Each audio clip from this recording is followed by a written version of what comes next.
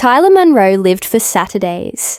Not for sleeping in or yard work, but for crafting his ultimate masterpiece.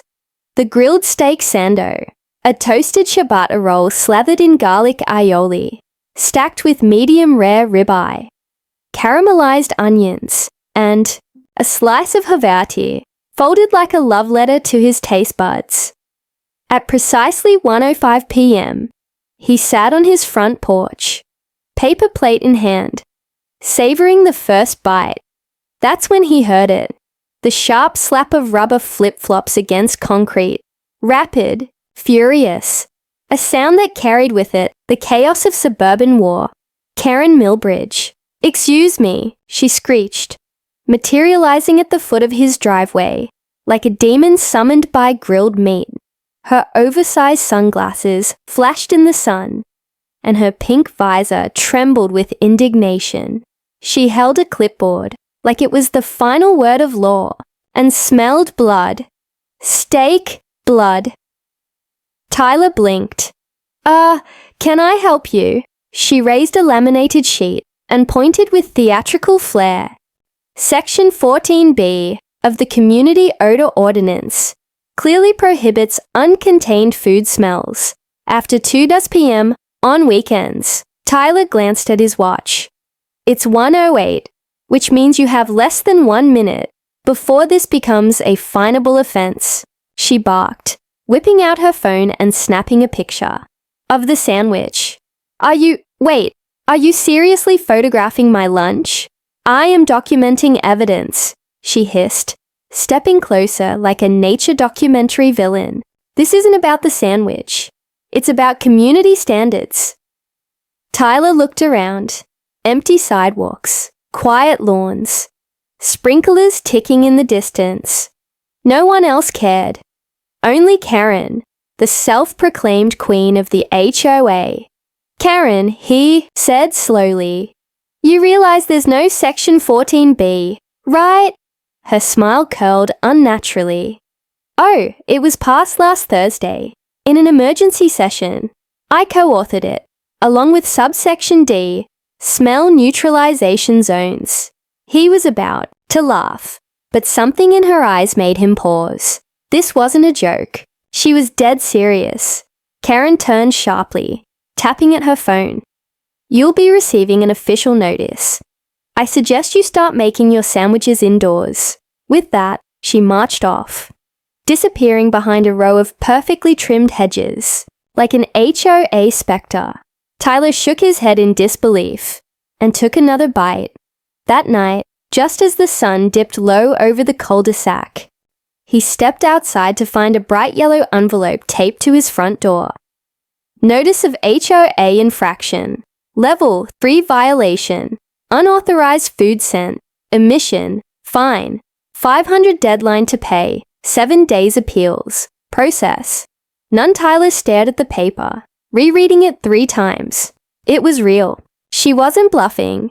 The next morning, he walked over to his neighbor Geordie's place. Geordie was known for 2 things: smart home tech and gossip. When Tyler showed him the citation, Geordie raised an eyebrow. "You too, huh?" Geordie muttered, motioning him inside. "She fined me last week for having reflective bird feeders. Said they were causing visual pollution." Tyler sat down slowly. Something's off about her. Like she's playing by rules nobody else even sees. Geordie nodded. "That's because she's writing the rules as she goes." Tyler stared at the violation notice in his hand, then glanced toward Karen's house, just barely visible through the hedges. Whatever this was, it wasn't about sandwiches anymore. It was war. Tyler couldn't sleep.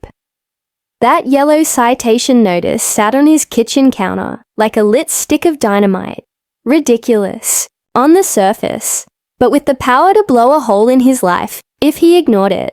The HOA wasn't just real, it had teeth, and Karen had clearly sharpened them herself. Sunday morning, coffee in hand, he pulled out the HOA handbook he got when he bought the house 3 years ago. A thick spiral-bound beast. He flipped through the index, Section 14A, Section 15. No 14B, no subsection D. Nothing about odor containment at all. What the hell? He searched his email and found nothing. No amendment notifications. No emergency session notices. It was like Karen had conjured the rule from the void. But someone had to have approved it, right? Just before noon, Tyler walked down the block. To the corner lot. Tom and Gloria Marks, longtime residents, HOA meeting regulars, always smiling. Gloria greeted him at the door with a pitcher of sweet tea and a cautious smile. When he brought up Karen and the citation, Tom's grin disappeared. "Oh, buddy," Tom said, lowering his voice. "You've landed in her crosshairs now. You know this Section 14B is made up, right?" Tom nodded. "That's the thing.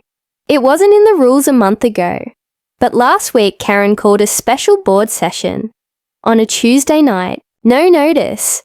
Just her and 2 board members she always drags along. She passed 3 new clauses. All of them. Weird. Weird how. One of them bans porch furniture with overly celebratory color schemes.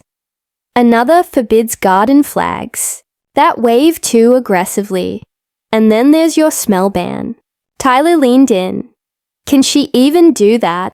Tom glanced over his shoulder like someone might be listening. "She shouldn't be able to, but Karen's crafty. She knows just enough legalese and has the board intimidated or brainwashed. You ever been fined?"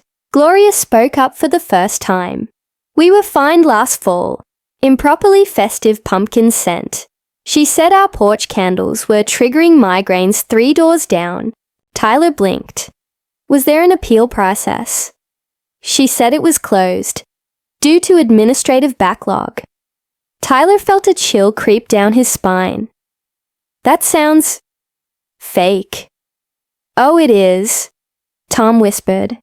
"But no one's fought her. Most people just pay the fine and lay low, not Tyler." That night, he sat on his porch with a legal pad, scribbling notes, flipping back through the HOA handbook.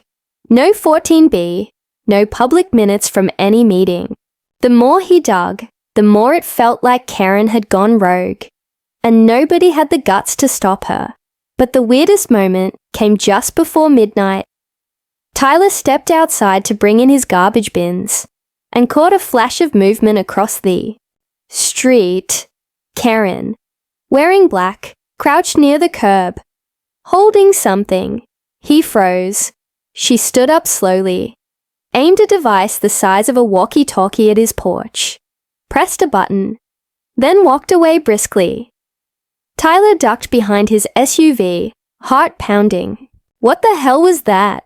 The next morning, he searched his front yard and found a small black sensor wedged into his hedge. It had blinking red lights and a faint digital hum. He stared at it. Karen hadn't just made up a bylaw. She was surveilling his house. He yanked the device out of the bush and took it inside, setting it on his counter like an alien artifact. Karen wasn't enforcing the HOA. She was building a private empire and using her neighbors as guinea pigs, and Tyler had just become her biggest threat. Tyler stared at the strange black sensor, blinking on his kitchen table. It looked like a garage door opener had mated with a USB hub, only more sinister. There was a tiny HOA logo sticker slapped on the side, but no other markings. He flipped it over and found a barcode. Beneath it, the label read, MK3 Odor Dispersion Unit, property of HOA Enforcement Division. He frowned. HOA Enforcement Division. That didn't exist. Or, at least, it wasn't in any handbook he'd ever seen. Tyler grabbed his phone and called Geordie. "Bro," Geordie said after a beat. "You've officially moved from sandwich criminal to targeted citizen. I'm coming over." 10 minutes later, Geordie arrived with a laptop, a coffee, and a smug grin. He plopped down at Tyler's table and examined the sensor. Weird. These aren't cheap. This is a smart sensor. Wi-Fi enabled, short-range transmitter. It's not measuring odor, it's transmitting data. Data about what? Geordie cracked his knuckles. Let's find out. They pried the back off, revealing a microchip and a small antenna. Geordie connected a cable and began typing, lines of code scrolling across the screen. Okay, he muttered. It's linked to a private network. Strong encryption, but the SSID is, get this, HOA Enforcement HQ. Not even trying to hide it. Tyler leaned over his shoulder. You can access it. Sort of. It's broadcasting to a server on the block. Strong signal, close by. I'd bet anything it's coming from Karen's house. Just then, Geordie's laptop pinged. He opened a new window and smirked. Got it. We're in. Partial access only, but check this out. He pulled up a dashboard labeled Violation Watch List. There were names, photos, notes, a color-coded threat level system. Tyler Monroe, status, red. Tyler's stomach dropped. There's a list of infractions she's tracking. Geordie said, you're top of the list for persistent scent aggression. But look, there's more. Click Neighborhood View. The screen shifted to a satellite image of the block. Overlaid were little icons. Every house marked. Some with green dots. Some yellow. A few glowing red. She's got a surveillance map. Tyler whispered. Yeah, and she's been adding sensors all over. We're looking at, 15 active nodes. Geordie zoomed in. One red dot blinked rapidly. Tyler's house. She's watching scent patterns, porch activity, even trash bin positioning. Tyler sat back, stunned. This is insane. No, this is a surveillance grid. She's got an AI program scraping data and flagging what she calls deviations from harmony. She's trying to control the entire neighborhood through micro-behavior regulation, and nobody knows. Geordie shook his head. Not a clue. She's operating completely in the shadows. Tyler looked at the sensor again, now inert and disconnected. This isn't just about a sandwich, he muttered. It's about control. She's turning this HOA into a digital dictatorship. They both fell silent. Then Geordie smiled. You know what this calls for? Tyler raised an eyebrow. Operation Roast Beef, Geordie said. We hit back, but we do it in style. Big, bold, and impossible to ignore.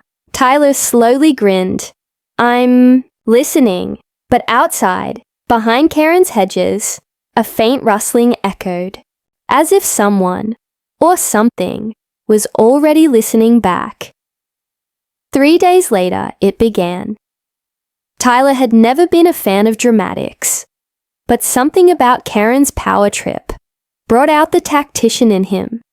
With Geordie's help, they drew up a map of every known sensor node, labeled suspected sympathizers, and built an old-school corkboard chart worthy of a spy movie. Strings, pins, red circles. At the top, Karen Millbridge, Command Central, Operation Roast Beef, Geordie declared, isn't just a Sando protest. It's an optical and aromatic insurrection. Tyler grinned. Let's give her something to sniff about. Saturday arrived like a powder keg. At precisely 12:59 p.m., Tyler stepped onto his porch in a fresh apron, printed with dancing cows, and the phrase, rare form. A thick cloud of savory smoke drifted from his charcoal grill, but this time, it wasn't just one sandwich. He was cooking 6, each more aromatic than the last. Horseradish aioli, smoked provolone, shaved rosemary roast beef, garlic butter buns. The smells rolled down the block in delicious waves. Right on cue, Geordie biked up, towing a Bluetooth speaker blaring "Smoke on the Water." He wore mirrored shades and waved at neighbours as if he were delivering freedom itself. Tom and Gloria appeared with lawn chairs, plopped them on Tyler's driveway, and cracked open sodas. Others followed. Soon a dozen neighbours had gathered, lured by the scent, or maybe the rebellion. That's when she came. Karen appeared like a storm cloud, visor tilted, lips pursed, a clipboard in hand. Her pace quickened with every step. What is the meaning of this? Tyler looked up from his grill. Lunch? This is a clear violation of Section 14B, an aggressive scent emission. Level 4. There is no level 4, Tyler said coolly. Your little handbook only goes to level 3. Karen twitched. Then I'll create one. The crowd went quiet. Gloria spoke up. Actually, we'd like to discuss these new rules. Maybe a neighborhood vote. You don't vote on safety, Karen snapped. Order is not optional. Tom stood. Order isn't the same as control. Karen's eye twitched. You people don't understand. This isn't about meat. This is about predictability. About living in a civilized society. Geordie chuckled. Karen, you've installed surveillance equipment in the hydrangeas. You're tracking porch scents like it's the NSA. Karen's hand shook as she raised her clipboard. That's it. You're all fined. Mass citation. Level 5. A collective gasp rippled through the crowd. Then Tyler stepped forward and held up a small device, the sensor he'd pulled from his hedge. Is this how you plan to enforce your empire? Spyware in the shrubs? Karen's face drained of color. I already had it scanned, he said. It's transmitting data to a private network. Not to the HOA server, but to a private IP. Yours. Geordie pulled out his phone and tapped. Oh, and we've got the data logs, screenshots, signal tracing, timestamps. We've already sent copies to the HOA's regional review board. Karen's visor slid off her head as she staggered back. You wouldn't dare. Oh, Tyler said. We dared. Suddenly, sirens. 2 black and white cruisers rolled up the street and stopped in front of Tyler's lawn. Doors opened. Officers stepped out. Karen blinked rapidly. You called the cops on me. Nope, said Geordie. They're here. For you. The officer held up a printout. Ms. Milbridge, we have a report of unauthorized surveillance equipment and electronic harassment in a residential zone. Karen's mouth opened, closed, opened again. Then she dropped her clipboard and ran. Karen ran like her high heels were firewalking. The officers exchanged glances, then calmly gave chase, not sprinting, just fast walking with professional detachment, as if they'd seen HOA meltdowns before. Tyler watched, stunned, as Karen darted into her yard, flung open her front door and vanished inside. Guess we hit a nerve, Geordie muttered. Do they even arrest people for HOA abuse? Tom asked. We're about to find out, Tyler replied. 10 minutes later, the officers emerged from Karen's house, alone. No cuffs, no Karen. One of them approached the gathering crowd. Folks, we need to ask you to remain calm. Ms. Milbridge claims diplomatic authority under something called the Neighborhood Harmonization Treaty. Tyler blinked. That's not real, right? The officer raised an eyebrow. Correct. We Googled it. He continued. We attempted to question her about the unauthorized surveillance devices. She retreated to what she called her command room, then activated a lockdown protocol. The doors are now electronically sealed. She's refusing to come out. She sealed herself in. Gloria asked, wide-eyed. The officer nodded. She said she won't surrender until the HOA is restored to its sacred mission. Whispers spread. Curious neighbors drifted closer. What started as a cookout was quickly becoming a suburban spectacle. Tyler pulled Geordie aside. She's not just power tripping, she's unstable. Geordie nodded. And tech savvy. That command room must be where she runs the surveillance grid. Can we access it from the outside? Geordie grinned. If I can find the signal source. Yeah, but I need to get close. Like, backyard close. Tyler scanned the perimeter of Karen's perfectly trimmed hedges. Her side gate was padlocked. But Geordie pointed to a trellis, crawling with vines. We go over. 15 minutes later, they were crouched behind Karen's gazebo, hidden from view. The back of the house had 2 satellite dishes, a tall antenna, and, bingo, a relay box with flashing green lights. She's definitely boosting her network from here. Geordie whispered.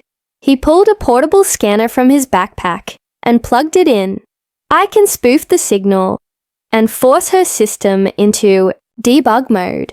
If she doesn't catch it, it'll start transmitting her control panel's data log to my laptop. He tapped a few keys. 5 minutes. Then, static crackled from a hidden speaker above them.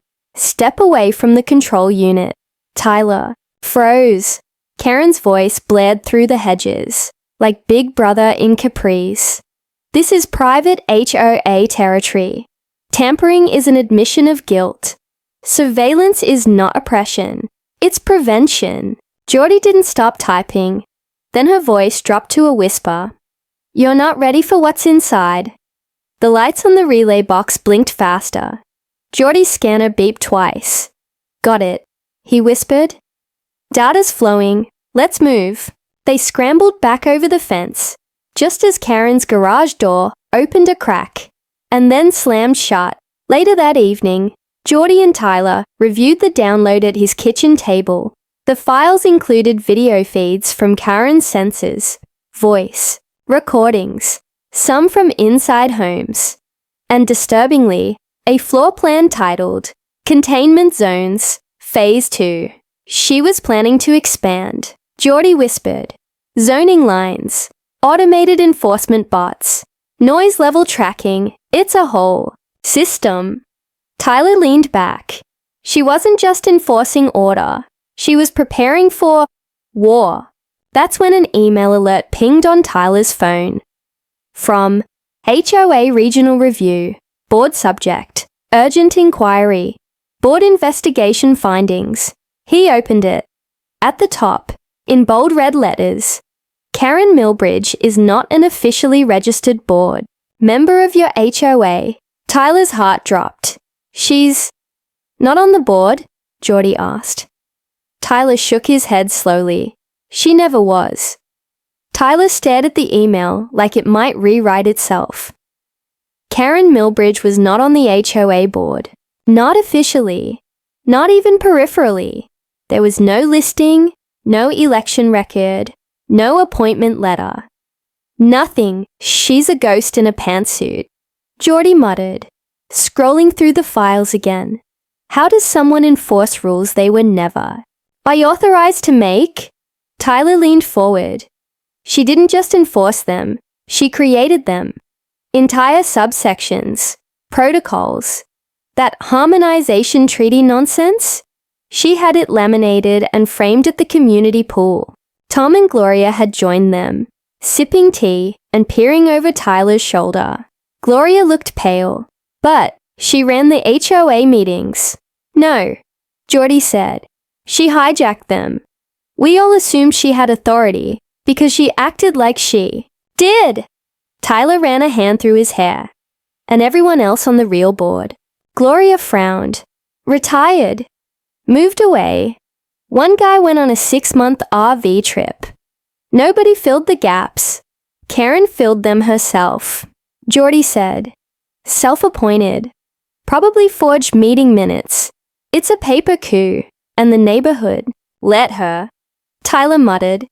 The realization hit hard. They'd all been following rules that weren't just excessive, they were imaginary. A soft knock at the door startled them. Geordie peeked through the blinds. "It's Officer Chavez."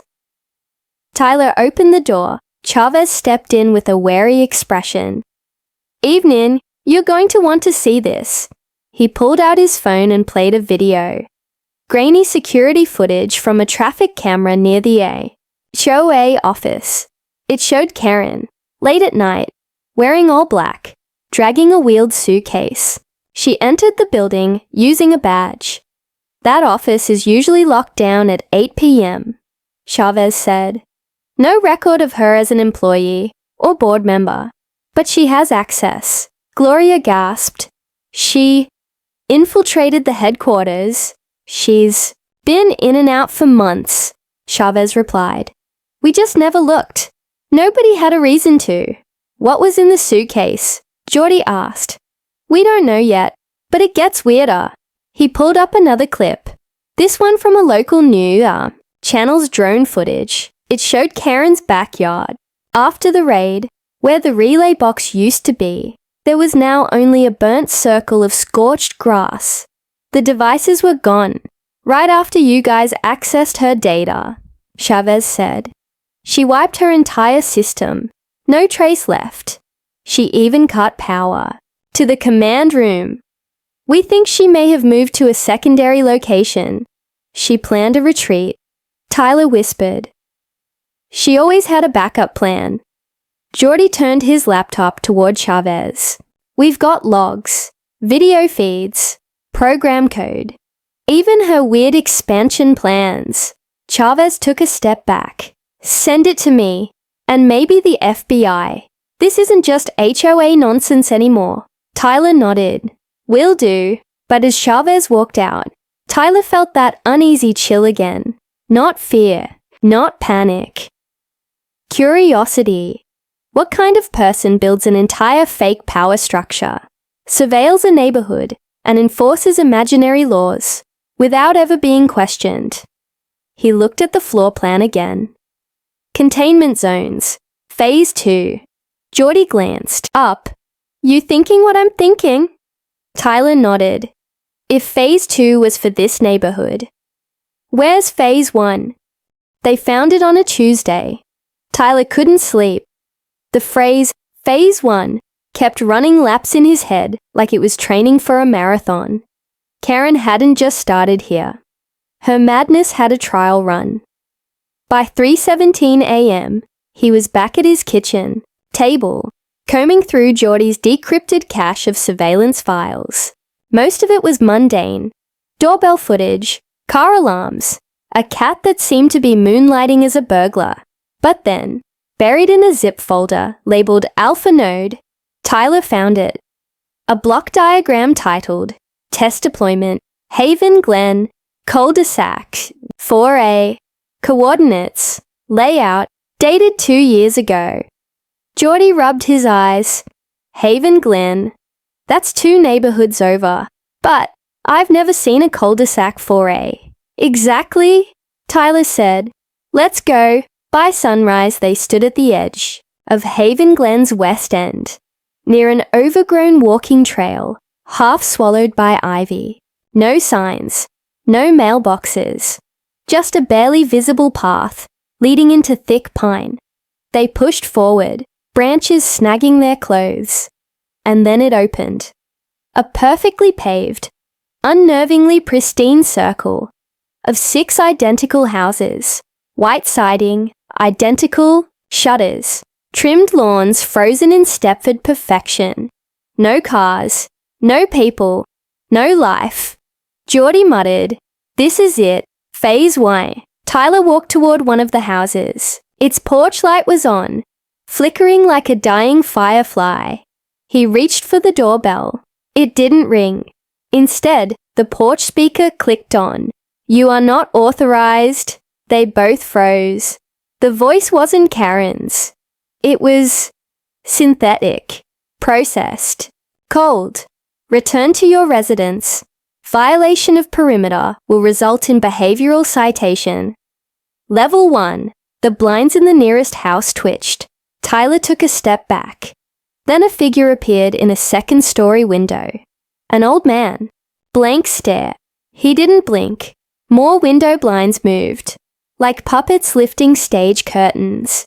People, all standing, all staring. Geordie whispered, What is this?" A sound snapped behind them. A mechanical hum. They turned. A black pole was rising from the center of the cul-de-sac. At the top, a sleek dome, blinking red, target acquisition enabled. "Run!" Tyler shouted. They sprinted back through the trail, slashing through undergrowth, breath, ragged. When they burst onto the Haven Glen sidewalk, everything behind them was silent again, like it had never been disturbed. They didn't stop until they were back at Tyler's house. Geordie collapsed on the couch. "That wasn't a neighborhood. That was a lab." Tyler nodded, still catching his breath. She better tested her system, not on tech, on people. He grabbed his phone, pulled up the HOA registry for Haven Glen. No cul-de-sac 4A listed. No houses. No residents. It didn't exist. On paper. But it did exist. The doorbell rang. They froze. Tyler approached cautiously and opened it a crack. Officer Chavez stood there, eyes hard. "You boys poked something," he said. "You knew about it." Tyler asked. "I suspected. Now I'm sure." He handed Tyler a flash drive. "This was delivered anonymously to my precinct this morning. Labeled fail-safe. You'll want to see what's on it." Tyler inserted the drive into Geordie's laptop. A single video file auto-launched. Karen appeared on screen. No visor, no clipboard, just a grey room and a camera. She leaned forward and whispered, "If you're seeing this, I've been compromised. They're watching everything. The HOA was never the point." A long pause. "They think I'm crazy, but the algorithm is already live. You can stop it, if you find the core." "It's not me." The screen glitched. Then, cut to black. The room was dark, except for the glow of Geordie's laptop. Karen's cryptics. Video had left them reeling. The algorithm was already live. And some mysterious core. Tyler rubbed his eyes, heart pounding. "We have to find that core." Geordie nodded, fingers flying over the keyboard, searching through Karen's data for any mention of core. His screen filled with lines of code, blueprints, and encrypted folders. Then, there it was. A file named core. Node. .exe. Timestamp 2 days ago. "Guys," Geordie said, voice tense. "This isn't just software. It's controlling hardware. A central hub, somewhere in our neighborhood." Tyler stood. "We have to shut it down." Outside, the street was unnervingly quiet, as if the neighborhood itself was holding its breath. They headed to the community center, the likely hub for HOA tech.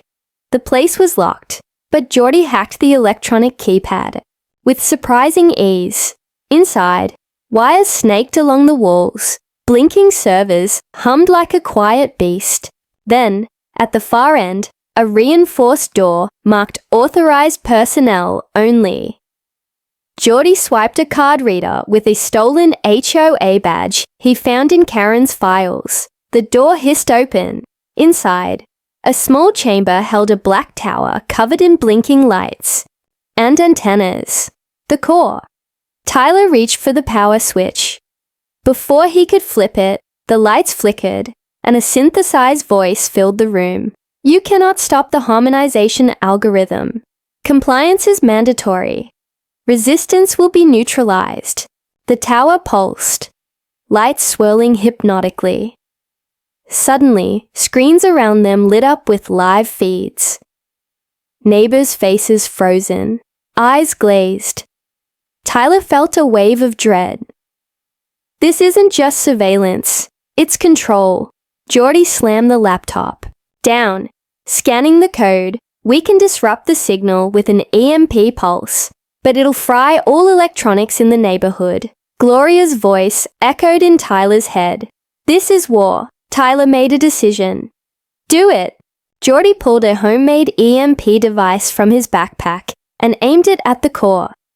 With a crackling zap, the tower's lights died, screens went black, and the silence was deafening.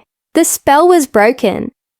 Outside neighbors stepped out of their homes, blinking, confused, but free.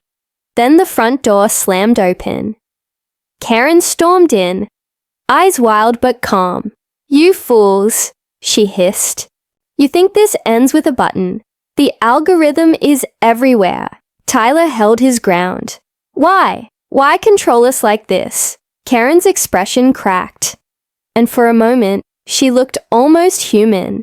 I wanted order, safety, a neighborhood without chaos. But it spiraled.